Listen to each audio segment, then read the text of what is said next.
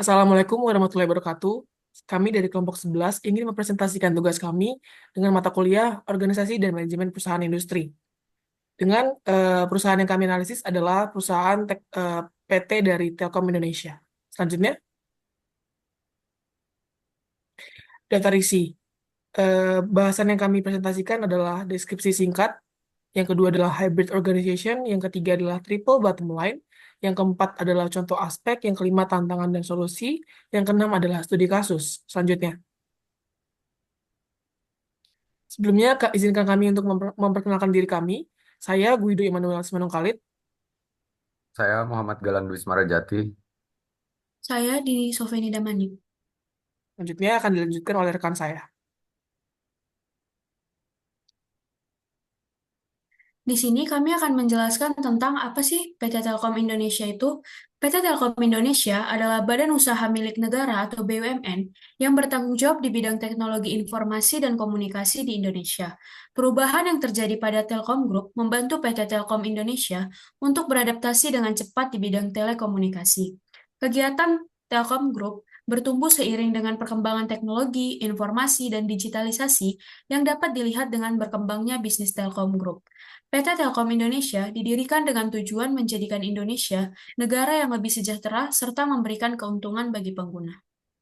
Baik, selanjutnya adalah hybrid organization. Hybrid organization bertujuan untuk menciptakan nilai sosial di masyarakat yang dipengaruhi oleh logika jamak. Perusahaan Telkom Indonesia memiliki beberapa pendekatan. Salah satunya adalah menghadirkan Smart Village Nusantara atau SVN untuk membangun desa yang lebih cerdas dan menjadi jawaban atas permasalahan transformasi digital di sektor pemerintahan. Selain itu, Telkom Indonesia menawarkan program Ayo Bikin Nyata kepada seluruh karyawan untuk menciptakan perubahan nyata dan menyalurkan rasa keinginan untuk berkontribusi pada lingkungan sosial dan masyarakat.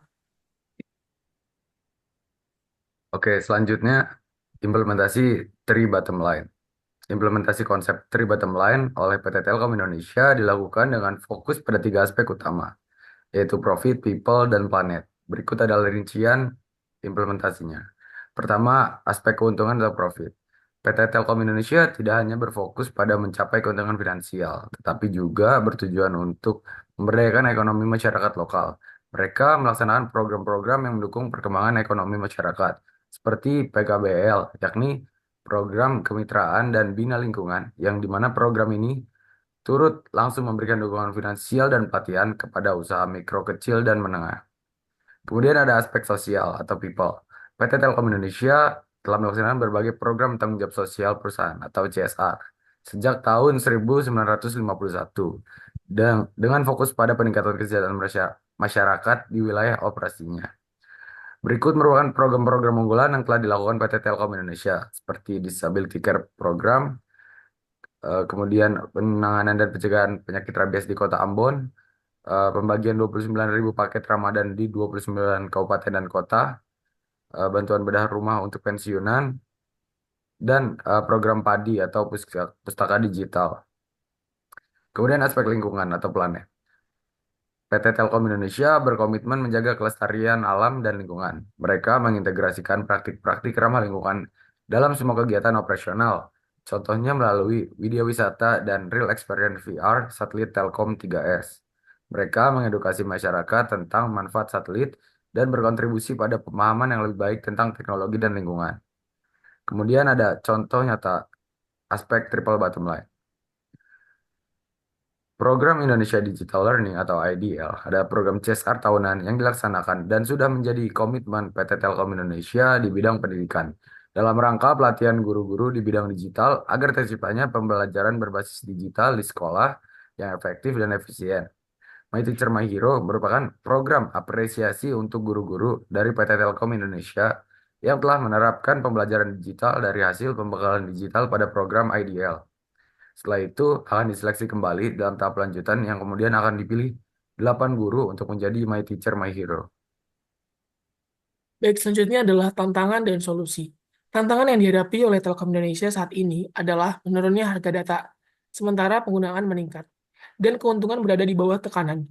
Selain itu, harga layanan data seluruh di Indonesia juga termasuk yang termurah, kedua, atau ketiga di dunia.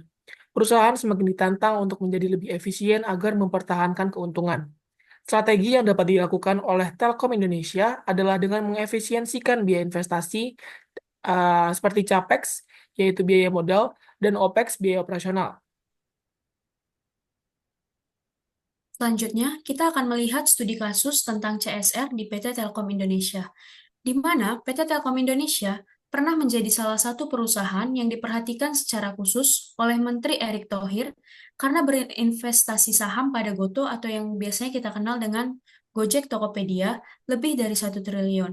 Dan dana yang digunakan untuk berinvestasi saham pada Goto adalah dana CSR dan menyebabkan penghambatan perkembangan perusahaan. Hal tersebut menyebabkan Gerakan Mahasiswa Anti Korupsi atau yang biasa dikenal dengan Germak melakukan aksi unjuk rasa di depan PT Telkom Indonesia. Masalah yang mereka bahas adalah berita tentang perusahaan Goto yang tidak pernah mendapatkan keuntungan selama berdiri 10-12 tahun yang lalu dan menyebabkan PT Telkom Indonesia mengalami kerugian yang sangat besar. Baik, sekian dari presentasi kelompok 11. Kami ucapkan terima kasih. Wassalamualaikum warahmatullahi wabarakatuh.